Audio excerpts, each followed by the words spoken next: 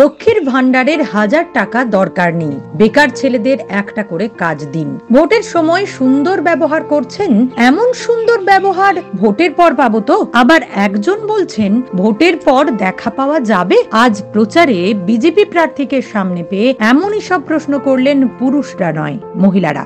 এখন মহিলারাও বুঝছেন লক্ষ্মীর ভান্ডারের থেকে সন্তানদের হাতে কাজ থাকা জরুরি। কেউ কথা রাখেনি, 33 বছর কাটলো, কেউ কথা রাখেনি।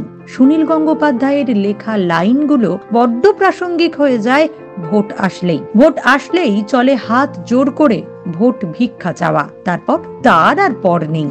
ভোট শেষ, অধিকাংশ এমএলএ এমপি ভ্যানিশ হয়ে যায়। আর কত চুপ করাবেন প্রার্থীরা? দেখতে দেখতে সাধারণের দেওয়ালে পিঠ ঠেকে গেছে।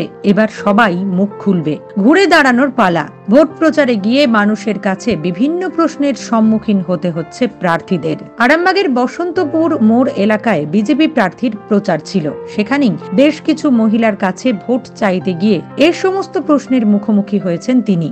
ভোটের সময়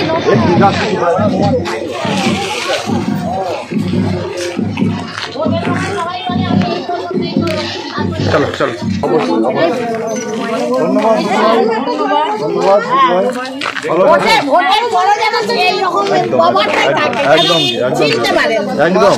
তবে তিনি হাল ছাড়েননি। চরম দক্ষতার সাথে উত্তর দিয়েছেন, তৃণমূল সরকার যা করতে পারেনি আমি সাংসদ হলে সব সমস্যার সমাধান করে দেব।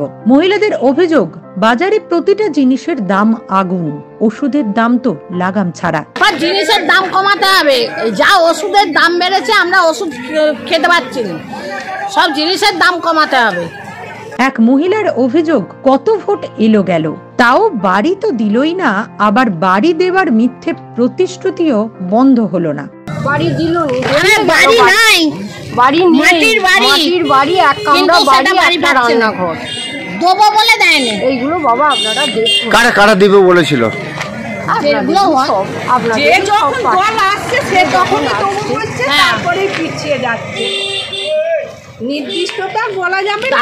আরো এক মহিলার বক্তব্য, লক্ষ্মীর ভান্ডার আমাদের না দিলেও চলবে, তার থেকে বরং বেকার ছেলেদের একটা ব্যবস্থা করা হোক। সিভিক ভলেন্টিয়ারদেরও মাইনে বাড়ানোর দাবি করেছেন তারা। আমরা অবশ্য লক্ষ্মী ভান্ডারটা পেয়েছি, আমরা লক্ষ্মী ভান্ডারটা 1000 টাকা পেয়েছি, কিন্তু আমাদের লক্ষ্মী ভান্ডারটা না দিলেও চলতো, একটা বেকার ছেলেদের তো এটা বাড়ালে হতো, তাই না? লক্ষ্মী ভান্ডার, বার্ধক্য ভাতা করে সিভিকদের একটা কিছু করে দিন। আচ্ছা আচ্ছা, সিভিক পুলিশ বিশেষ করে ওদিকে একটা কিছু করে দিন। এছাড়া আর কিছু আপনাদের এখন? তারপরে তো আদার্স অনেক কিছু আছে, সে সবটা সমস্ত কিছু বলা যাবে না। সিভিক দিকে একটা নির্দিষ্ট একটা কিছু করে দিন। কত ছেলে হাহাকার করছে, বেকার ছেলেরা ওই 9000 10,000 বেতনে তো একটা সংসার চলে না। পার্মানেন্ট যেমন হয়, পার্মানেন্ট যেমন হয় সেটা আমরা রয়েছি, থাকবো, এটাই আমাদের সবচেয়ে বেশি। প্রার্থী কিন্তু হাত জোর করেই তাদের সব কথা শুনেছেন, প্রতিশ্রুতিও দিয়ে এসেছেন। এলাকার মানুষ যা বুঝতে পারছে ওরা কিছুই পায়নি এতদিন যাবৎ, যেগুলো দেওয়ার দরকার সেগুলো পায়নি। হ্যাঁ, জলের ব্যবস্থা বলুন, ড্রেনের ব্যবস্থা বলুন, সমস্ত দিক থেকে এনারা পেছিয়ে আছে। হ্যাঁ, এইগুলো তো আশা করছেন সিভিকদের, পার্মানেন্ট সিভিকদের যেহেতু বেতন পায় সেটা তো বাড়ি চলে না, ওই জন্য ওনাদের ক্ষোভ বললেন। সেটা রাজ্য সরকারের ব্যাপার, আমরা যখন রাজ্য সরকারে আসবো অবশ্যই অবশ্যই ব্যবস্থাগুলো নিতে হবে। একটা সংসার চলার মতো তাকে দিতে হবে, আমি সারাদিন তাকে খাটাচ্ছি, তাকে সংসার মেনটেন করার মতন পরিশ্রমটা দিতে হবে। ধন্যবাদ স্যার। আবারও একটা প্রতিশ্রুতি, আবার হয়তো ওই জায়গায় অন্য দলের প্রার্থী যাবে, সেও একই কাজ করে আসবেন।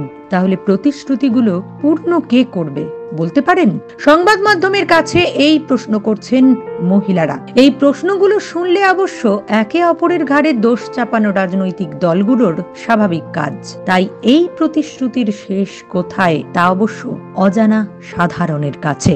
নিউজ আজ বাংলা, আরামবাগ।